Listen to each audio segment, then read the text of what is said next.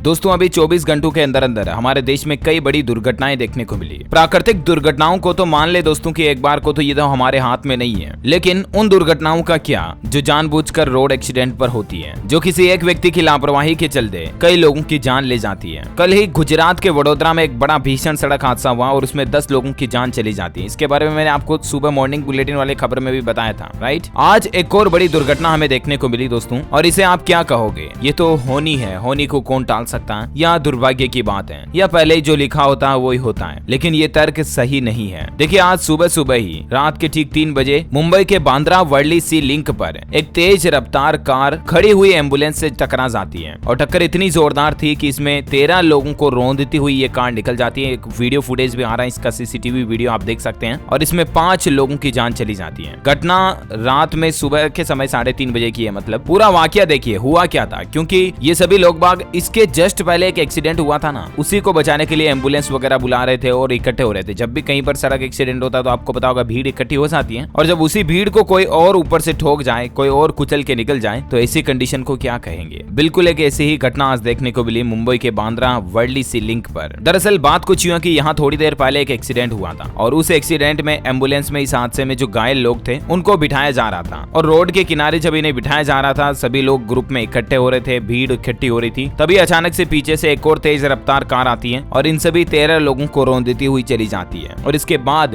Ambulance समेत 5 गाड़ियां आपस में टकरा गई। ये पूरा हादसा, पूरा वाकया सीसीटीवी कैमरे में कैद हो गया। दरअसल ये कार जो ये 13 लोगों को कुचलती है ना, इससे पहले वाला जो एक्सीडेंट हुआ था ना, उसमें हुआ था कि रात के करीब 3 बजे एक कार अपने आप ही डिवाइडर से टकरा जाती है। फिर एम्बुलेंस को कॉल किया जाता है और मदद के लिए स्पॉट पर पहुंचती है। इनकी मदद के लिए 2 और कार वाले लोग रुक गए, और उन दोनों ही कारों में 4-5 लोग बैठे होंगे, तभी तो 13 लोग एक साथ वहां खड़े थे। मतलब किसी का एक्सीडेंट हो जाता तो वहां से जो पास में गुजर रहे थे 2 और कार वाले, वो भी रुकते हैं कि देखते हैं कि क्या हुआ यार, कहीं लगी तो नहीं। एम्बुलेंस को कॉल करते हैं, बुलाते हैं, और इसी चक्कर में 3 गाड़ियों वाले लगभग 13 लोग वहां एक साथ इकट्ठे हो रहे थे, घायलों की मदद के लिए एम्बुलेंस में बिठाने के लिए वहां खड़े थे। और तभी अचानक से पीछे से कार आती है और इन 13 लोगों को कुचलकर चली जाती है। अच्छा, इसके पीछे एक वजह यह भी हो सकती है कि बांद्रा वर्ली सी लिंक रोड पर गाड़ियों की मिनिमम स्पीड 80 किलोमीटर प्रति घंटे रहना अनिवार्य है। इससे नीचे गाड़ी आप नहीं चला सकते, वरना चालान करता है। तो यहाँ से निकलने वाली मतलब सभी गाड़ियों की रफ्तार एवरेज 100, 110, 120, 100, 110, 120 तो होती है, और जो कार टक्कर मारी थी वो भी लगभग 120 किलोमीटर प्रति घंटे की रफ्तार से बताई जा रही। देश के प्रधानमंत्री नरेंद्र मोदी ने भी इस हादसे पर दुख व्यक्त किया। पीएमओ ने ट्वीट करते हुए लिखा कि मुंबई में जो बांद्रा वर्ली सी लिंक पर हादसा हुआ उसमें लोगों की मौत से आहत हूं, और जो घायल हैं उनके शीघ्र स्वस्थ होने की कामना भी की देश के पीएम ने। लेकिन एक सबसे बड़ा सवाल ये है कि जो मदद के लिए वहां पर लोग बाग खड़े थे, अब उनको भी पीछे से कार आके कुचल जाए, तो अब ऐसे में क्या कहेंगे आप? इसे दुर्भाग्य कहोगे, होनी कहोगे, अनहोनी कहोगे, क्या कहोगे? बल्कि दोस्तों यहाँ पर पूरी की पूरी लापरवाही और गलती जो है वो उसकी है जो पीछे से तेज रफ्तार कार आती है, टक्कर मारती है ना उन सभी खड़े लोगों को, उसकी है। या तो उसके ड्राइवर को नींद की झपकी आ गई, या तो उसका सामने बिल्कुल ध्यान ही नहीं था, वो कहते हैं चेता कहीं और था और अचानक से टक्कर मार दी। तो इस तरह से गाड़ी चलाते समय हमेशा सावधान रहें, अवेयर रहें, क्योंकि आपकी लापरवाही कई लोगों की जिंदगी छीन सकती है। और किसी के परिवार में अगर कोई शख्स चला जाता ना, तो उसका एहसास, उसका दुख है कोई पूरा का पूरा फील नहीं कर सकता जब तक कि उनके खुद के परिवार में ऐसी कोई घटना नहीं हो जाती है। इसलिए ध्यान रखें, गाड़ी को ध्यान से चलाएं, अंडर कंट्रोल चलाएं, खुद भी सुरक्षित रहें और दूसरों को भी सुरक्षित रहने दें। वैसे दोस्तों आप मुझे कमेंट करके बताइए कि हाल ही में सरकार ने गाड़ियों के सीट बेल्ट को लेकर कौन सा नया नियम लागू किया। कमेंट करके बताइए। जय हिंद, जय भारत, वंदे मातरम।